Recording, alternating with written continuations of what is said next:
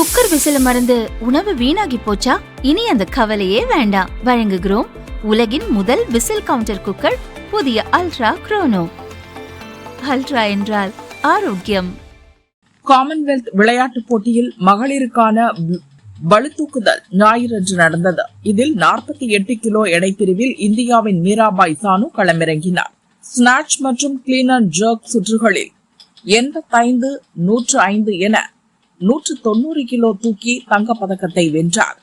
நைஜீரியாவின் நியாங் வெள்ளியும் மலேசியாவின் ஹென்றி வெண்கலமும் வென்றனர். தங்கம் வென்ற நாட்டுக்கு பெருமை சேர்த்த மீராபாய் சானுவுக்கு வாழ்த்துக்கள் குவிகின்றன. காமன்வெல்த் போட்டிகளில் தனது 3வது தங்கத்தை மீராபாய் வென்றுள்ளார்.